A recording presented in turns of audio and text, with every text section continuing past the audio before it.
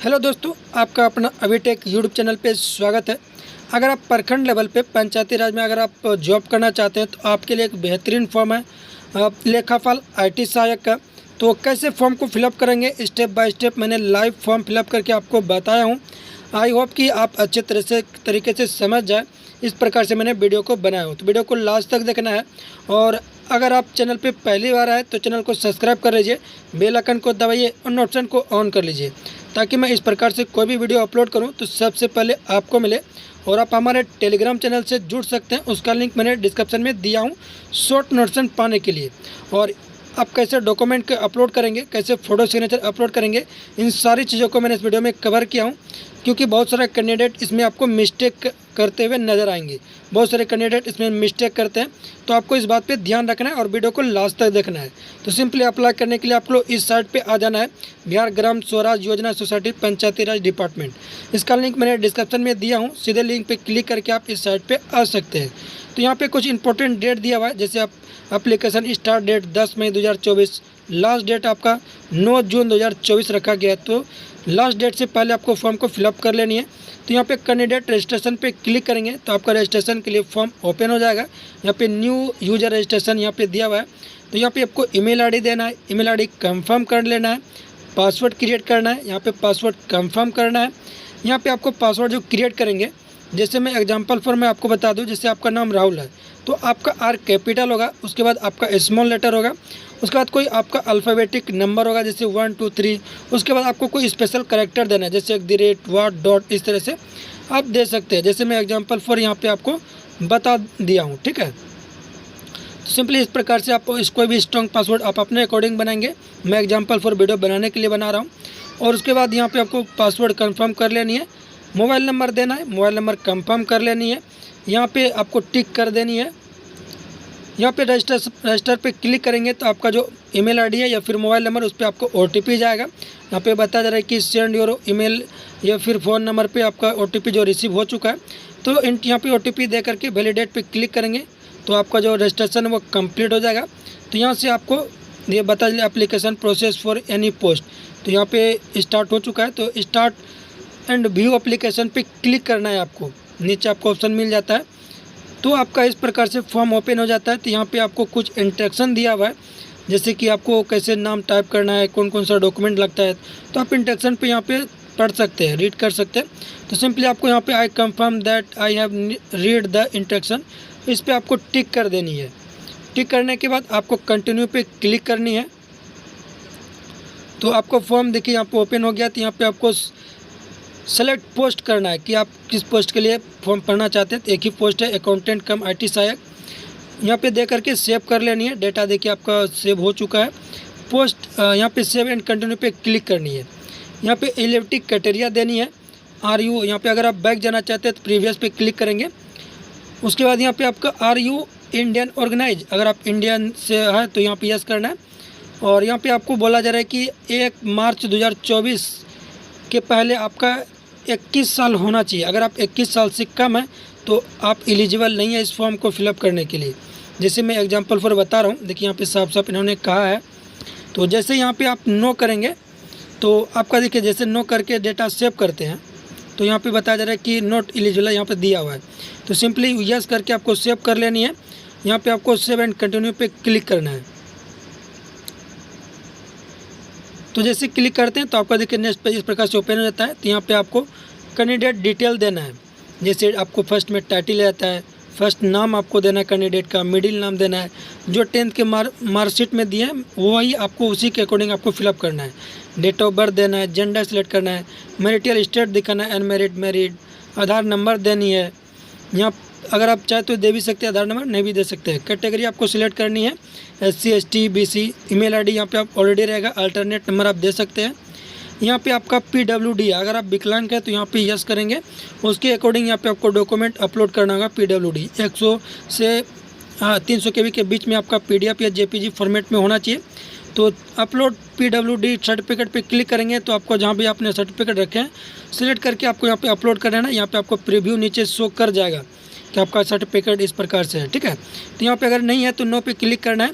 यहाँ पे आपको दिखाना क्या फ्रीडम फाइटर से रिलेटेड है तो अगर आप आए तो यस करेंगे और उसके अकॉर्डिंग आपको डिटेल देनी है, नहीं है तो नो करेंगे। यहाँ पे आपको बता रहे कि आप बिहार स्टेट से बिलोंग करते हैं तो यस करेंगे। उसके अकॉर्डिंग यहाँ पे आपको निवास प्रमाण पत्र देना है, रेसिडेंट, ठीक है। 100 से 300 केबी के बीच में होने चाहिए, इस बात पे आपको ध्यान रखना है। और यहाँ पे डॉक्यूमेंट अपलोड करना है, अपलोड लेटेस्ट सर्टिफिकेट पे क्लिक करके जेपीजी या जेपीईजी या पीडीएफ फॉर्मेट में आप अपलोड कर सकते हैं। उसके बाद आपका जाता है फादर्स नेम। फादर्स नेम का आपको यहाँ पे टाइटल देना है, फर्स्ट नेम देना है, मिडिल नेम देना है, लास्ट नेम देना है। यहाँ पर रेफरेंस आ जाता है, तो आपको किन्हीं 2 का रेफरेंस देना है। और यहाँ पे बताया जा रहा है कि रिलेटिव आर नॉट कंसीडर्ड, मतलब अगर उसका जो है रिलेटिव नहीं होना चाहिए। आपका जो रेफरेंस देंगे आप जिनका भी, तो वो आपका रिलेटिव नहीं होना चाहिए। तो उनका जो रेफरेंस यहाँ पे आपको नाम देनी है, ईमेल आईडी देना है, मोबाइल नंबर देनी है। सेकंड में आपको रेफरेंस का नाम देना है, ईमेल आईडी देनी है, मोबाइल नंबर देनी है। तो आपको यहाँ पे फिलअप कर लेना है जिनका भी आप रेफरेंस देना चाहते हैं। तो ये मैंडेटरी है रेफरेंस देना, तो आप किन्हीं का भी रेफरेंस दे सकते हैं। उसके बाद यहाँ पे परमानेंट एड्रेस है, तो आप अपना एड्रेस यहाँ पे फिलअप करेंगे। जैसे 8 है, मतलब विलेज का नाम यहाँ पे देंगे। पोस्ट ऑफिस यहाँ पे आपको सेकंड में लाइन में देना है। थर्ड लाइन में आपको पुलिस स्टेशन देना है। कंट्री आपको यहाँ पे सिलेक्ट कर लेना है इंडियन, ये ऑटोमेटिक रहेगा। उसके बाद स्टेट सिलेक्ट कर लेना है कि आप किस स्टेट से बिलोंग करते हैं। यहाँ पे डिस्ट्रिक्ट आपको सिलेक्ट कर लेनी है। सिटी या फिर विलेज का नाम यहाँ पे देना है। यहाँ पे पिन कोड देनी है। और यहाँ पे आपको ध्यान देने वाली बात है, अगर आपका परमानेंट एड्रेस और कम्युनिकेशन एड्रेस सेम है तो यहाँ पे आपको ऊपर में टिक करने का ऑप्शन मिल जाता है, उस पर आपको टिक कर देनी है। अगर नहीं है तो मैनुअली आपको कम्युनिकेशन एड्रेस भी फिलअप कर सकते हैं। तो यहाँ पे सेम है तो यहाँ पे टिक करके मैंने डेटा को सेव कर रहा हूँ, यहाँ पे सेव कर देनी है। और सेव एंड कंटिन्यू पे क्लिक करके आपको नेक्स्ट पेज पे इस प्रकार से आ जाना है एजुकेशन डिटेल देने के लिए। यहाँ पे आपको एजुकेशन डिटेल देनी है, जैसे आपको डिग्री किए हुए हैं या ग्रेजुएशन किए हुए हैं या पोस्ट ग्रेजुएशन किए हैं या फिर मास्टर डिग्री किए हैं, तो आप अपने अकॉर्डिंग यहाँ पे आपको डिग्री सिलेक्ट कर लेनी है। उसके बाद यहाँ पे आपको उसका डिटेल देना है। यहाँ पे मेजर सब्जेक्ट है बीकॉम, और यहाँ पे इंस्टीट्यूट का नाम देना है, यूनिवर्सिटी, स्कूल या बोर्ड का नाम दे सकते हैं। पासिंग ईयर देनी है, परसेंटेज देना है, रिजल्ट आपको दिखाना है कि पास है, सेलेक्ट कर लेना ऑप्शन। यहाँ पे आपको बताया जा रहा है you have complete your CA internship, अगर आप सीए किए हैं तो यस करेंगे। उसके अकॉर्डिंग आपको यहाँ पे डिटेल देनी है, डॉक्यूमेंट अपलोड करना है, नहीं है तो सिंपली आपको नो पे क्लिक करना है। तो यहाँ पे आपको ऑप्शन मिल जाता है। उसके बाद यहाँ पे आपने जो ग्रेजुएशन का वहाँ पे शो किए हैं तो उसका मार्कशीट आपको यहाँ पे अपलोड करना है। इस पर आपको ध्यान देनी है, नहीं तो सावधानी हटी दुर्घटना घटी, इस प्रकार से आपकी घटना हो सकती है। तो आपको यहाँ पे ध्यान देना है। 100 से 300 केबी के बीच में पीडीएफ या जेपीजी या पीएनजी फॉर्मेट में होना चाहिए। तो डेटा को अपलोड करके सेव कर लेनी है। सेव एंड कंटिन्यू पे क्लिक करेंगे तो आपको यहाँ पे डॉक्यूमेंट अपलोड करने के लिए ऑप्शन आ जाएगा। यहाँ पे देख सकते हैं रिसेंट पासपोर्ट साइज फ़ोटोग्राफ, तो आपका जो फ़ोटो है 40 से 100 केबी के बीच में होना चाहिए। और यहाँ पे अपलोड करेंगे, सिग्नेचर अपलोड करेंगे हिंदी या इंग्लिश, 30 से 50 केबी के बीच में। उसके बाद यहाँ पे एज प्रूफ है, 100 से 300 केबी के बीच में साइज होना चाहिए। या फिर यहाँ पे मार्कशीट अपलोड कर सकते हैं, 10th का, birth certificate, driving licence, PAN card, आप कोई भी एज प्रूफ के लिए दे सकते हैं। जो भी डॉक्यूमेंट देंगे उसका यहाँ पे डॉक्यूमेंट नंबर देनी है। और यहाँ पे पीडीएफ या फिर जेपीजी फॉर्मेट में आपको अपलोड कर लेनी है। यहाँ पे आईडी प्रूफ आपको देनी है। आईडी प्रूफ का आपको ऑप्शन मिल जाता है, driving licence, Aadhaar card, voter card, Indian passport, PAN card, आप कोई भी यहाँ पे दे सकते हैं। उसका डॉक्यूमेंट नंबर यहाँ पे आपको देनी है।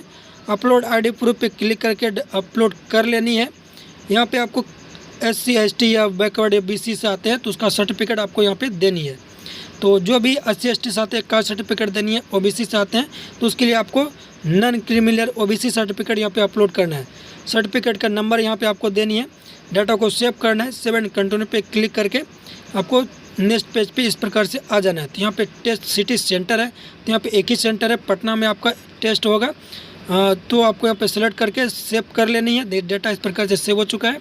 यहाँ पे सेव एंड कंटिन्यू पे क्लिक करके देखिए आपका फॉर्म जब पूरी तरह से फिलअप हो चुका है।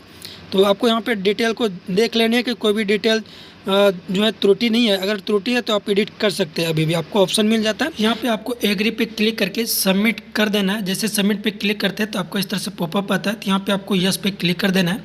तो पेमेंट ऑप्शन आपको इस प्रकार से ओपन हो जाता है। तो यहाँ पे पेमेंट स्टेटस आपका पेंडिंग है, तो नीचे आपको लिंक मिल जाता है। यहाँ पे आपको पेमेंट पे क्लिक करना है। जैसे क्लिक करते हैं तो आपका पेमेंट का ऑप्शन खुल जाता है। यहाँ पे आपको दिखा रहा है कि आपको इतना अमाउंट का आपको यहाँ पे देना होगा। तो ऑप्शन आपको यहाँ पे डेबिट कार्ड, क्रेडिट कार्ड या फिर प्रीपेड कार्ड से भी आप पेमेंट कर सकते हैं, नेट बैंकिंग से कर सकते हैं, यूपीआई से कर सकते हैं। तो आप अपने अकॉर्डिंग यहाँ पे आपको पेमेंट कर लेनी है। पेमेंट करने के बाद आपका जो फॉर्म है वो पूरी तरीके से सबमिट हो चुका है और आपको वो प्रिंट करके आप रख लेंगे उसका स्लिप को। तो आई होप कि आप अच्छे तरीके से समझ गए होंगे। वीडियो को लास्ट तक देखने के लिए धन्यवाद। और वीडियो अगर अच्छा लगा तो लाइक कर दिए और ज़्यादा से ज़्यादा लोगों को शेयर कीजिए। तो आज के लिए इतना ही, मिलते हैं अगले वीडियो में। ओके।